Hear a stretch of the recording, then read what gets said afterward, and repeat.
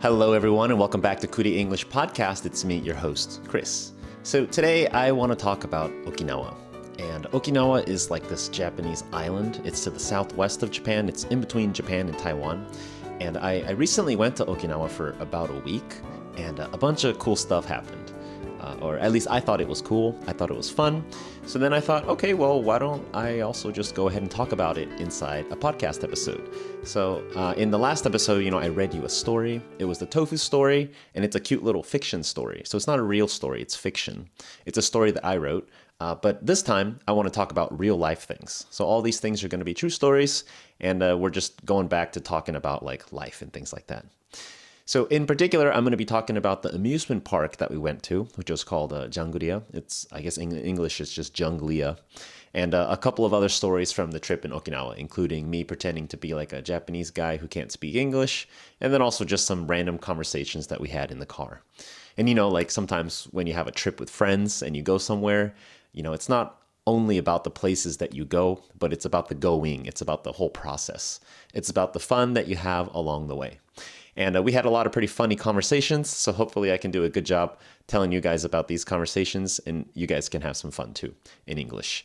So let's go and take a short little break here, and then we'll get started.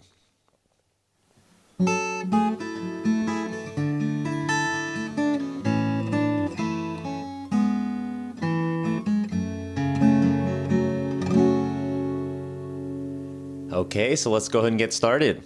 So I want to talk about my stories in a certain order. And the order is I want the easy stories to be first. So the stories that are simple and easy to understand, I'll start with those, and then I'll work my way up, and then I'll start telling longer, more complicated stories that might be a little bit harder to understand. But, of course, I'll do my best to make sure that everything's easy to understand. I'll try to avoid using super hard words, or if I do, I'll try to explain what they mean. So the first thing that I want to talk about is how we went to Junglia, and Junglia is an amusement park in Okinawa. And an amusement park, well, it means you have roller coasters, you have long lines to ride the roller coasters, you have little shows, you have a lot of little kids with their families. And of course, they also have junk food in little shops here and there. And the junk food usually costs more than what you would expect. And it's usually not super good. But anyways, Junglia recently opened this year. By the way, this year is 2025. I don't know what year it is when you're listening to this. But Junglia is also in Okinawa, which is sort of famous for having a lot of nature stuff because it's like an island. It's kind of like Hawaii, if you know what Hawaii is. So it's an amusement park with a bunch of nature stuff. You're surrounded by a lot of trees and plants and stuff. It's kind of got a lot of nice scenery. And there's also one more thing that's kind of famous about Okinawa, which Hawaii is also famous for. And it's called Okinawa time, which is kind of funny because what it really means is everyone has a reputation of being late. So sometimes events will start late, sometimes they run late. It's more relaxed. It's don't worry about it. Not perfectly on time, kind of like that. And so actually, now that we're talking about this, let's talk about the rides at Junglia.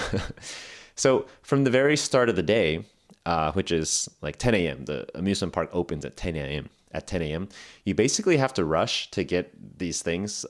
And I don't know what their English name is, but I'm just going to call them super tickets. So super tickets, let me explain what those are. So basically, there's this area of the park, and it's the most famous area of the park, and it has 6 big attractions. I call them the 6 super attractions. And they're really special because they are really amazing. They're supposed to be really cool, and that's the main appeal. So one of them, for example, is a giant swing, a buranko. It's a really big swing. You get on it and then you rock back and forth. And it's really, really big. It's the biggest swing I've ever seen in my life. And to get on it, you have to put on a big helmet and a harness. A harness meaning it's some special clothes that hold you to the ropes and stuff for safety. That way, even if you move around or you mess up, that you're not going to fall and die. And then you get on the swing and then they push it.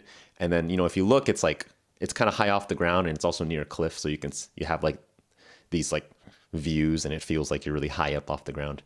And that's just one of them. Okay. So there's 6 super ones, 6 special ones. And then 2 of them are kind of like a zip line. And by the way, if you don't know what a zip line is like a special, really, really long rope that you tie your harness to, you tie your special clothes to, and then you slide down the rope and you go kind of fast. And then while you're going, you can, make poses. You can like look at the trees and stuff. And then it's supposed to feel good. And it's supposed to be like, oh, it's kind of like more intense than a roller coaster for sure. So these like 6 things, which I call like the super rides, they're the main attractions. And if you want to ride them, you basically have to go get the super tickets right from the very beginning. And everyone is allowed to get like 1 super ticket at a time. So you go right into the park, and the moment you go, you have to go to the super ticket area. So you got to walk like, I don't know, maybe 5-10 minutes or so, because it's a big park. And then once you get there, you can get the super ticket. And then if you line up too late, so like let's say you got in at 10 a.m., but then you went to the bathroom or something, and then you're like, I don't know, maybe 10 or 20 minutes behind, then all the other people who got in, they're going to be in front of you, and you have to wait in line for the super ticket. And then you probably won't be able to get any super tickets for the popular rides, and you'll have to go on one of what I call the loser super rides, which is like, there's like 6, and some of them are really good. And there's like one of them, which is called like like treetop adventure, where you like kind of go on like this small little park area, and it doesn't really seem that special. But like the super ticket, if you get the super ticket, then it's basically like a special reservation. So then you can come back at the reservation time, and then you put your stuff in the locker, you put on the helmet, you put on like the special harness and stuff like that, and then you have to listen to their special training, and then you can ride the stuff. And the training is like they tell you what to do, they tell you what to not do, and this makes it sound like it's really hard and complicated, like, oh, we're going to do something dangerous, but it's actually really, really simple. They're going to say like, okay, so when we put on these things for you, like, don't take it off. And then, don't touch the fast moving parts, the things that say don't touch them. And then don't like unbuckle yourself while you're in the middle of the ride. Don't hit other people while you're in the middle of the ride. Don't hit other people and make them unbuckle. It's like things that are just really obvious, I guess. But actually, if you aren't able to get any super tickets, it's really okay, because the rest of the park is also pretty fun too. And there are still other rides that don't need the super tickets. So the super tickets are just for that area. And then in the beginning, you go get your super ticket and go ride something. And then the rest of the day, you probably can't ride the super stuff anymore. So it was kind of interesting. And so for us, we had a group of 7 people. And then when we got our super ticket, they said, you got to come back in 3 hours. So we got our super ticket, and then they're like, okay, come back at so we got there, we lined up. I think we got our tickets around like, I don't know, maybe 10:30 a.m. or something like that. And so 3 hours later, so, from 10:30 and then 11, 12, at 1:30, that's our reservation. So then we went back at 1:30 p.m. Like that's the reservation time that we had. But then like in those 3 hours, we went and did other stuff. We got to kill some time. All right. So like we ate lunch, we watched a show, we rode a tram. A tram is kind of like a mini train. It's like a really fancy car that looks like a train. It's kind of cute. And the show, by the way, I had no idea, but it was a water show. So basically like a bunch of people came out on the stage to dance, and they're like, yeah, it's a Okinawa dance. Let me tell you how to say this thing in like the local Okinawa, Hogen, the dialect or local, like it's kind of like in Hawaii, like some people actually speak like some parts of Hawaiian, like aloha, and the same thing for Okinawa, because it's just the Japanese version of Hawaii. It's pretty cool. So a bunch of people come out on the stage and introduce things about Okinawan culture. And then I wasn't ready for it, but they brought out like a ton of water guns and jets, like the people on the stage, and they just started like shooting people with water. And they played like a lot of loud music, and they ask you to dance and stuff. Some people were like, dancing or something. And then they just start shooting you with a lot of water. And it's like a really hot, sunny day, so it's like kind of fine. But I was pretty surprised, and then I got like super wet, and it's weird because like when people perform on stage and stuff, like I'm always kind of supportive, it doesn't matter if I actually think they're amazing or actually secretly think they suck or something. I'm still cheering them on. And then so they can see me cheering them on because I'm in the front, right? And I'm like, oh yeah, that's great. And then they're like, oh, thank you for cheering me on. And then they have like all the water guns, and they're like, well, let me return your thanks. And they like shoot me with the water, and then I get like super soaked. And I was like, oh my God. And then I tried hiding in the corner. So like like there's like the taped area, and I hit in the very very tip of the tape, so it's like okay, they probably won't notice me there, and I crouched really really low, so then like no one would hit me. But then there was this kid near me, and then like it's an amusement park for the families, so like there's a kid, and this kid he was really smart. Okay, so he had swimming goggles on, so he's got goggles on so that if even if he gets hit with water, like his eyes are gonna be fine. He can still see, and like being able to see is great. So then he's just there, and he's got like I think like swimming gear on. He's ready to get sprayed with water. And then the performers like on the stage, they're like, "Oh look, it's a cute kid, and we want to like help the kid." And the kid looks ready to get hit with water, right? So they start shooting him like a lot. And so he gets like super blasted with water, but he's okay. He's like, yeah, hit me. I'm ready. I got goggles. I got like my swimming gear on. He's ready to go. And then the kid starts walking to me. And, I'm like hiding. I don't want to get hit with that much water. Or like I already got hit. It's fine. It's funny. But like I didn't want to get hit like to the point where like all my shoes get super wet. But then the kids started walking to me, and then so they're like, all right, let's get the kid. And then they got the kid, but then they started getting me. So I got hit in the crossfire. I also got hit on the side. So some extra damage got hit to me. So then I got super wet, and like I think the whole day I was like super wet. Like my socks, they felt pretty wet for the whole day. But it was actually pretty fun. It was kind of like an outdoor like kind of family friendly club concert thing, and you get really wet, but it was pretty great. So anyways, we did a bunch of stuff, and then we still had another 45 minutes before our actual reservation time, before we can go use the super tickets. So then we rode this one thing, which honestly maybe it was like my favorite ride. And this thing was the tram. So again, a tram is kind of like a small train, and it just kind of takes you throughout the park, and you can get on at one of the stops and get off anywhere you want. And it's not just a way to get around. Like it's actually kind of a fun ride. It's not like a jet coaster or like a roller coaster where it goes like really fast or anything like that. But every single seat has like a special instrument in front of it. And when I say instrument, you might be thinking of like, like a guitar or like a violin or a piano or something. But it's not that. It's not really a full-on instrument. It's just a small thing that makes noise. So it's like there's like a little drum that you can hit, or there's like one little bell and one little stick that you can hit it with. So you can basically make noise with these like noise-making things. And then they also have stuff on the outside of the tram too. So if you're sitting like near the outside, then you can kind of reach your hand out of the tram and then touch stuff like chimes and bells, and goes woo, and it makes noise and stuff. So it's kind of like a music tram, and it's like very family friendly. Of course, everything at this place is very family friendly.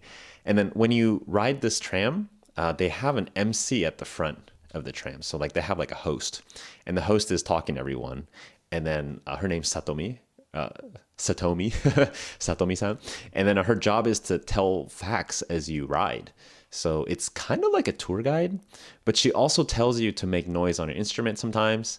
And then so she's like, all right, everyone, let's, make noise on your instruments for 5 seconds, as much as you can, go. And then everyone like starts hitting their drums and stuff. And then she's like, okay, that's great. Now let me tell you more about Junglia. And then sometimes she's like, okay, we're going to walk past like these people. Let's wave at them together. And you wave at them. And it's kind of cute. And then sometimes she's like, all right, everyone, let's say Junglia on 3. And let's say it loud enough for all those people to hear. 1, 2, 3, Junglia. And then everyone like says it really loud. I said it really loudly too. I want to support this MC. Because when I see MCs, like I see it as like a performance, and I want to support them. So then the whole tram ride was probably like, I don't know, maybe 15 to 20 minutes. And then we made it to the other side of the park. But for us, like, we weren't riding the tram to go to the other side of the park. We were just riding the tram to kill time. We'll go anywhere. And then actually we had to go back, and, we can either walk back, which is a little bit hot, or we can ride the tram, which has like toys and stuff. And so we're like, okay, let's get right back on the tram. So then at the very last stop, the MC was like, oh, thank you everyone for coming. It was so fun. I hope you can ride again. And then we're like, okay. And we just got right back on. And she was like, oh, you guys are actually going to ride again. And then, yeah. And then she introduced herself a second time. She's like, hi, everyone. My name's Satomi. And then she told us the exact same things about the park. And she's like, oh, does anyone know what this means in Okinawan? And then she had us cheer Junglia like at the same place. She's like, all right, let's make a lot of noise for 5 seconds at the same place. So we just like experienced the same thing twice. And I was just thinking like, oh man, I have a lot of respect for this person as an MC. She must feel like kind of tired. But you know, like, cause you know, like as an MC, it's not an easy job. You have to like be good at talking, and you have to be able to kind of read the reactions of people. You have to be able to control and adjust the energy. But yeah, I really liked her. I think everyone in our whole trip, we liked Satomi. So anytime someone mentions like a great MC, I'm gonna be thinking of Satomi. So, anyways, Junglia was really cool. Well, it was actually really hot, but it was really fun and it was really enjoyable. And let's take a short little break and then we'll continue.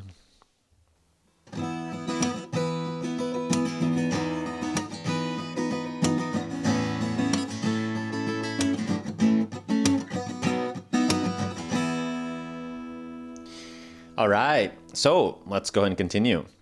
And actually, I do want to mention something here. So up until now, I've kind of had like notes and stuff on my computer screen. But starting from now, what I want to do is I want to give a couple differences in this episode. So like, I'm actually not really going to read off of a script in the second part. So you might notice that starting from now, I put like a little bit more energy into the words. But at the same time, sometimes the stuff that I say, I'll like mess up or I'll talk about something that's unrelated for a little bit and then I'll come back. But you can see the difference between what it is. And what I don't want to do is I don't want to always sound the same in all the episodes. I don't want it to always be perfect either. I want the mistakes to also be recorded as well. So now we're moving on to the next part here, part 3. So we just talked about Junglia, which was like a pretty cool amusement park area in Okinawa. And there was some other stuff that happened in Okinawa that I thought was pretty funny. So in particular, in the beginning, everyone was like, oh, what do you want to do in Okinawa? And Okinawa is really famous for being an island. So, you know, like there's Okinawan food, which everyone's interested in. And since it's an island and it's kind of like Hawaii, there's like water stuff, there's like ocean stuff, and everybody's interested in going to the ocean and like seeing like these like nice water things. And then people were kind of like, hey, Chris, what do you want to do? And then, so me, I'm kind of like an English teacher, right? So I'm always interested in language stuff. So I said like the usual things. I'm like, oh, I like water stuff, but also, you know, if I were here alone, I probably would go visit like some language exchange stuff because I like language exchange stuff. And people are like, okay, yeah, that makes sense. But then, you know, we talk about all this stuff in Japanese. And then I guess like when I say this, I am interested in like language exchange stuff. What that means is I'm interested in meeting people who are like studying English, and I want to know like how they studied and what kind of stuff that they struggle with. And then like, you know, then I can like know what people find hard, and I can try to adjust the ways that I teach and the way that I talk in the podcast and stuff like that. But then like when a Japanese person hears that, they're thinking like, oh, okay, like, you know, in Japanese, if you say, I want to go to like a language exchange event, then it kind of means like, oh, okay, so you basically want to talk to foreigners. So you want to talk to people who are not Japanese. And that's not exactly what I meant, but I guess it, you know, like technically I said it in Japanese.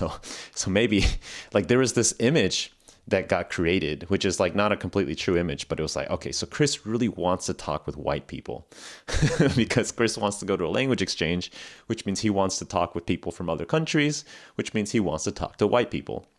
And like, it was kind of like a joke, but it was like, I mean, it's a little bit true. I want to go to a language exchange, but it's not that I just want to talk with white people. But, you know, that's the image that I have. And I didn't know that that was the image that I had. So in the beginning, you know, we went to Junglia with 7 people, but in the beginning, we only had 4 people because people were kind of coming at different times. Like we also had a day or two before we actually went to Junglia. And then, so in that group of 4 people, we went out to go drinking a little bit and like chat a little bit. And so I'm an English teacher. And then like in this group of 4, like we only speak in Japanese because, you know, not everyone in this group can speak English. And one person in particular is like, you know, actually trying to study English and stuff. So then that person really wants to like talk with white people. And that person also thinks, oh, Chris wants to talk with white people. So then I think after, you know, drinking a little bit, we were going to go to like a karaoke bar because karaoke bars, I think, are really fun. So at the karaoke, like we tried to go to the karaoke bar, and then along the way, like we had this wonderful chance. And what is this wonderful chance? We saw 2 white guys walking our direction, and we're trying to go to the karaoke bar.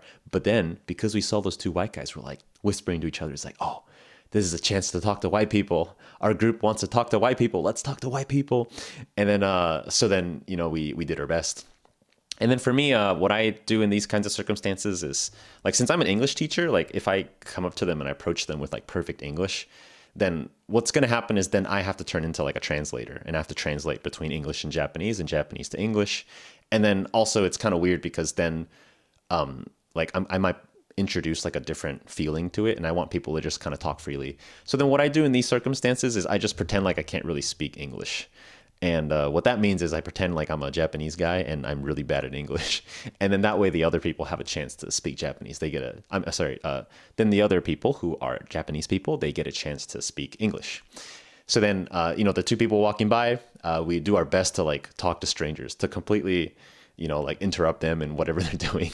And it's a pretty good experience. I would highly recommend you try this if you are looking for chances to speak with like foreigners. I think it's actually a pretty good experience for everybody. But what we did was we kind of like look at them and then you start out with the classic, like, and I pretend like I'm really bad at English. So I'm like, oh, hello. And then they're like, what? And I'm like, we are from Japan. Is it okay if we speak English? And then, people are usually like, oh, wow, that's cool. That's cool. Like this person is like trying to speak with me. So then they're like, oh yeah, sure. What are you guys doing? And then, so I told them, oh, we're trying to go to like this karaoke bar. And then, so then like, our group of 4 people, like we're trying to all speak English. So then they're asking the 2 guys, they're like, well, what are you guys trying to do? And they're like, oh, we're trying to go to a club. You guys want to come with us to the club? We can be friends. And then, sometimes our group doesn't understand. So then I like translate a little bit of Japanese to them. Because my image here, I'm trying to be like a Japanese person. And then I was like, oh, yeah, they said they're going to go to the club. And then you want to just ask them to go to the karaoke thing? So then we like invited them like, oh, do you want to come with us to karaoke and be friends? And then they're like, oh yeah, sure, dude, we're down to be friends. So then we like picked up these 2 random white guys. and then so instead of a group of 4, we've got a group of 6 people. And then we went to the karaoke bar. And then like along the way, they keep asking me, they're like, oh, what's your name and stuff? So we introduce ourselves. And then like, it's always hard to introduce like names, I think, to people, especially when people don't know like what country they're from and haven't met anyone from that country, because then the name pronunciations are hard. So like they don't understand Japanese names. And then those 2 guys were from Austria. So, and we didn't really know anyone else from Austria. So those names are like, I mean, I just try to copy the name sound and then that's the best I can do. But so they're like asking me, oh, like Chris, like, how did you study English? And then I have this like fake personality, right? I'm like pretending to not be able to speak much English, but then I'm still answering all these things like ideally without a complete lie. I didn't want to lie that much. So I was like, oh, I have studied English many, many years. And then like the other Japanese people are thinking like, yeah, he literally grew up studying English, so it makes sense. And they're like, oh, wow, okay. And then, where are you from? And then like, the truth is I'm kind of from the US. That's probably the best answer. But I'm also from Tokyo because I don't live in Okinawa and we're just traveling. So I was like, oh, I am from Tokyo. And then they're like, oh, wow, in Tokyo, we just went to Tokyo. So like, I'm like answering these things with things that are like kind of true. But then we had a plan, which is like I do the stuff and then that way it's really easy to pull in friends and be like, oh, hey, like, do you guys know how to say this? Can you talk to them in English and stuff like that? But then also we had a plan to reveal that I actually can speak English so that I don't have to fake doing this thing for the whole time. And the goal was we're going to go to karaoke and I'll sing the very first song and I'm going to sing in perfect English. And then they're going to be like, oh, wow, like this guy doesn't have an accent when he sings.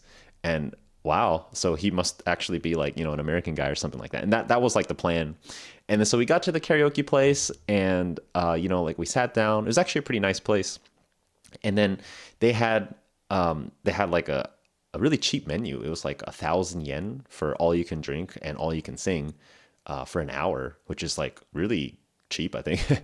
So then we're there and then I'm like explaining the menu because they don't have an English menu. So I'm like translating to them like, oh, you can get this one. And what does that have? Oh, that uses like Japanese whiskey. It's like, oh, that one means like there's like a tansansui, which is like sparkling water, carbonated water, soda. And then so like, I'm like a helpful translator person. I was like, hey guys, like I got to tell you something.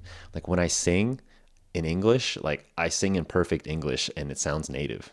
And then they were like, okay, yeah, sure, whatever. And they like didn't believe me. And then and then I was like, okay. And then so, I got to the karaoke place and then I sang a Sam Smith song because I like Sam Smith. And then it was in like perfect English. And then what I expected them to be like, wow, like when you sing, you sound like you don't have an accent, but when you talk, you have such a strong Japanese accent. But then what they actually said was like, oh wow, that was really nice. And then I was like, come on, I want you to notice this thing so I can stop pretending. And then and I told them, I was like, yeah, so when I sing, I've been told that I have like a perfect accent, but when I speak in English, I think I have an accent that is very hard. And then they're like, no, no, no, no. It's totally fine, dude. Like, we totally understand your English. Your English is really good. And they're like kind of cheering me up, right? And I'm like, that's not what I want. I want you guys to like suspect me. And then, so at this point, I've been doing this accent for like, I think maybe 15 minutes, maybe 20 minutes. And then like it was other people's turns to sing like karaoke stuff. And then they sang. And then I was just like too far in, meaning like, I've been doing it for so long that now if I suddenly change, it's hard. It's gonna be really awkward. And then and then like I think the Japanese friends are kind of like, wait, how long is Chris gonna keep this up? And then I was like, oh well, let me sing a second song and tell them like, oh, like when I sing, I speak English perfectly, but when I'm not singing, then it's hard or something. And they didn't suspect anything at all. They were just like, yeah, this dude is just weird. Like, I guess he's just good at singing in English, but he sucks at real English. And then eventually I told them, I was like, oh, okay, so I gotta tell you guys, actually, I speak English and without an accent either. And then I switched back to my normal native accent, which is like this way. And the way that I started was like, oh, Haro, nice to meet you. And then I changed and I say like, oh, actually, so I'm from the US and I grew up in the US, so I'm like a native speaker. I don't have this kind of accent. And then the two guys, like, they kind of had different reactions. So the guy that was next to me, he was like a mechanical engineer. And then I already told him that I used to be an engineer. And then so he was just kind of like, oh, bro, that's cool, dude. That's funny. I thought you were Japanese. And he's like, oh, yeah, I was thinking like when you were singing, like it sounds like you speak English much better than the way you actually spoke. But I didn't want to say anything. And so he like kind of was like happy with it. And he was like, oh, that's kind of funny. And then he asked me like, oh, so like, are those stories true? Is it true that like you studied English a long time? And I was like, yeah, I grew up in the US. And I'm like, oh, is it true that you went to that college? And I was like, yeah, I went to that college. So it was like mostly true. Or is it true that you're from Tokyo? Yeah, I live in Tokyo, but I grew up in the US. And so he's like, okay, so like it wasn't all a lie, but he was having a good time. And he's like telling his friend, and they're speaking like in Austrian to each other. And that friend's reaction was kind of like, I can't believe this guy lied to me. Like, I believed him. I really believed that he was Japanese and he's just lying about this. I don't know what to believe. And then so he's like looking at the menu and he's like, I want to order another drink. And I was like, oh, do you need any help? I can translate for you. And he's like, no, I don't trust you because you lied to me so much. I don't know if he's joking, but I think he did feel kind of weird. Like he was like, I don't really know if I can trust anything that you say. And then, so it was kind of interesting, but in the end, I think everyone had a pretty good time. Like we took pictures and stuff and then we said bye and then we never saw each other again. But, yeah, this was, it's not the first time that I faked having an accent for like a really long time. And, I kind of wish that I stopped doing it earlier. Cause like, just like, 5 minutes or something, I think that's enough. But like, it was like 5 minutes and then we were like looking for the karaoke place and we walked together and then we got into the place and I like translate for them and stuff like that. And then like, because I had to wait to sing the first song, like after like, 10, 15 minutes, it's kind of long. And, there was really no good timing to kind of, fess up, to kind of admit, to say that, oh, like actually I was lying. I don't have this accent. So if those two people are listening, those two Austrian people that we met in Okinawa, I'm sorry for lying to you, but I hope you guys had a fun time because I think we all had a pretty good time. Okay, so maybe we'll take a short little break here and then we'll come back and talk about some more stuff.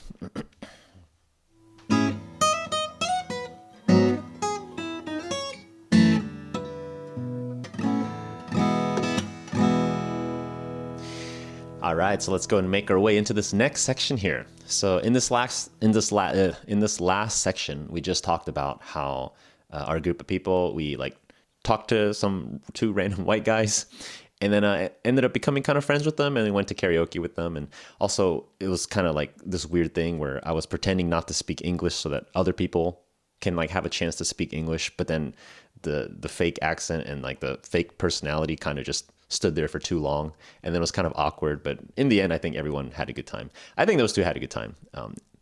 But now I want to talk about yes, I love this topic. So in the car, I forgot where we were going actually, but we were in the car for a lot of random stuff. Like, we're going to Junglia or going back or something. And then in the car, we talk about a lot of random stuff. And one of the conversations that we had, I think I don't really remember why I brought it up, but I wanted to ask people like, hey, if you could have a superpower, what kind of superpower do you want? And then I can't just like ask that because like some answers are going to be too good. Okay, like imagine like if I was like, hey, what kind of superpower do you want? And you're like, oh man, I wish I could like run as fast as like the fastest man on earth or something. And it's like, okay. And someone else could always one up that meaning like do something or propose something better. So instead of running as fast as the fastest man on earth, it's like, I wish I could run faster than sound. I wish I could run at the speed of light or something like that. And then, okay, that's even better. And then eventually people are like, I wish I could do everything that Superman could do. And like Superman is like, he's like the strongest superhero ever because he can fly. He's super strong, like strength wise, and like he like heals and everything. He like basically can do anything. He can like freeze things. He can burn things. He's too strong. So when I asked people this question, I asked, hey, what kind of superpower do you want? And I give the choices. Okay. And I want to keep it kind of simple. So I remember the first one that I proposed is I was like, okay, so how about you can fly? And then, Superman can fly and he can do a lot of other stuff. But my offer is you can fly, but there are downsides. And like these superpowers, it's not just you just can do that whenever you want, as much as you want. It's like if you fly a lot, you get tired. And if you fly by yourself, then you can do it for a long time. But if you try to like bring something heavy or you try to like bring a person with you, then you get tired like faster and you can't go as fast. And if you bring like multiple people, you get tired really fast. And then, so it's like a little bit more reasonable. Everything's connected with like your stamina. So if you're sick or you're really tired, then you can't really fly. But if you're feeling healthy and you like, you work out and stuff like that, you practice flying and things, then you get good at it. And so people are like, okay, yeah, that's pretty good. And then we had this one guy on the trip and he's a really smart guy. And his job is to like make board games and stuff. So I think all the time he's thinking about like rules and like exceptions and things like that. And he's saying like, yeah, flying's cool. Flying's great and all, but I'm going to get caught by the government. So like if I fly, like definitely I'm going to be seen by somebody. And then if I get reported, then I'm the only person in the world that can fly. So then people are going to like, do experiments on me or like they might try to like, capture me or something like that. And it's like, okay, that sucks. And so I was like, all right, so now let me offer you another choice.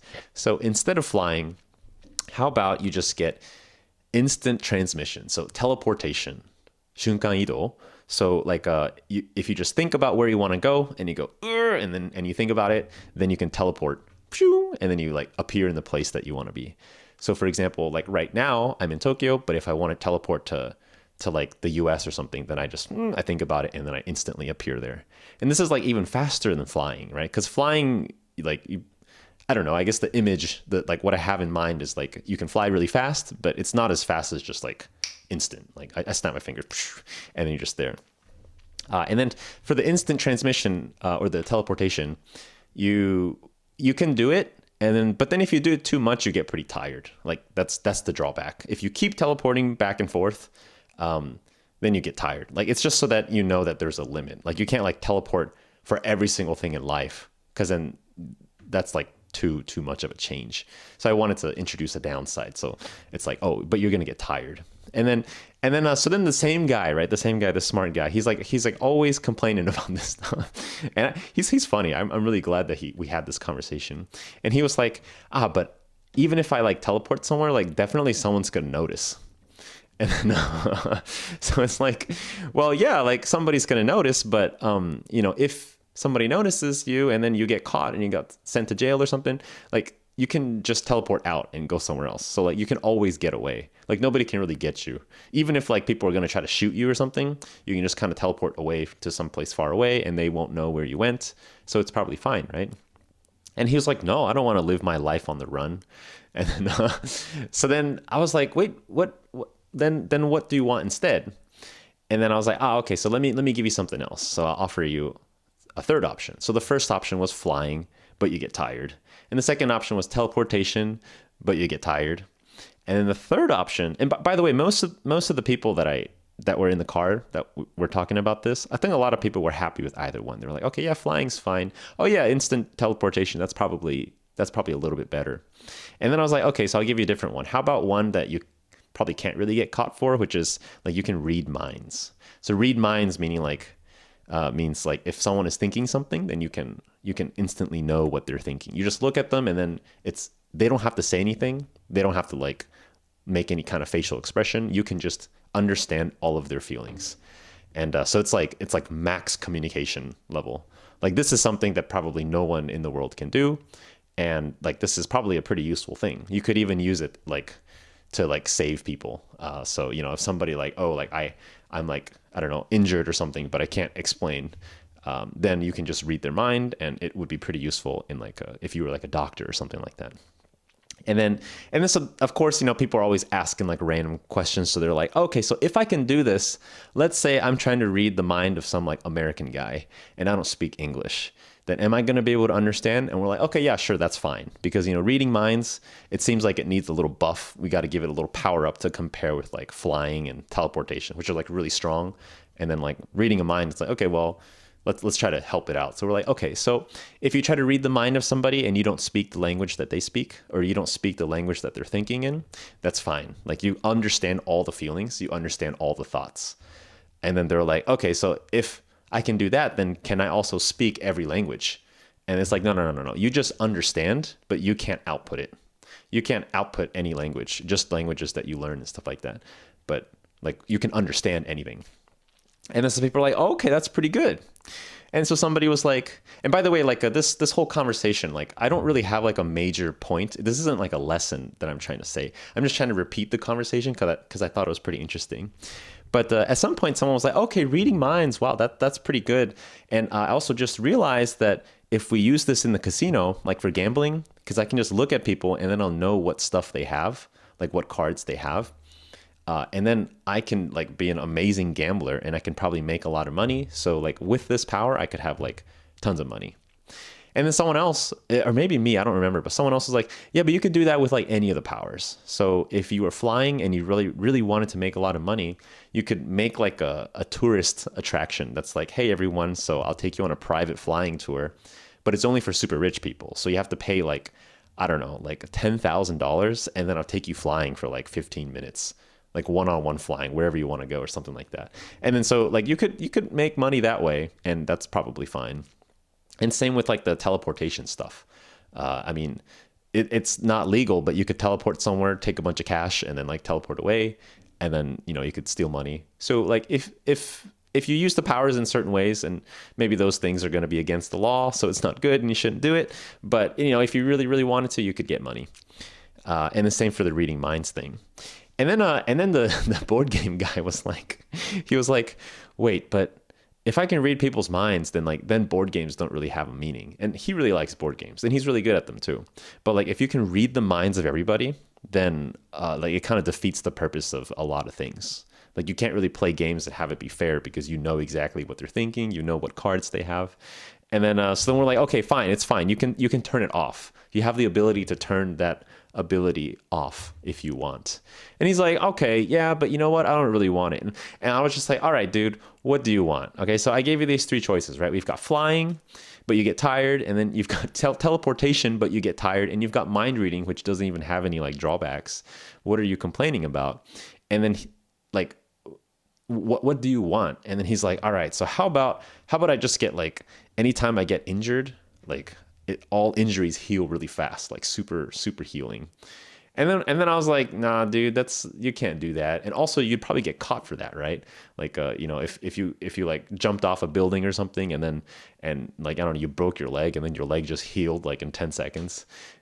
Like, wouldn't you get caught for that? And then you have the same concern. And he's like, no, because the healing, like, it doesn't heal instantly. It's just really, really fast.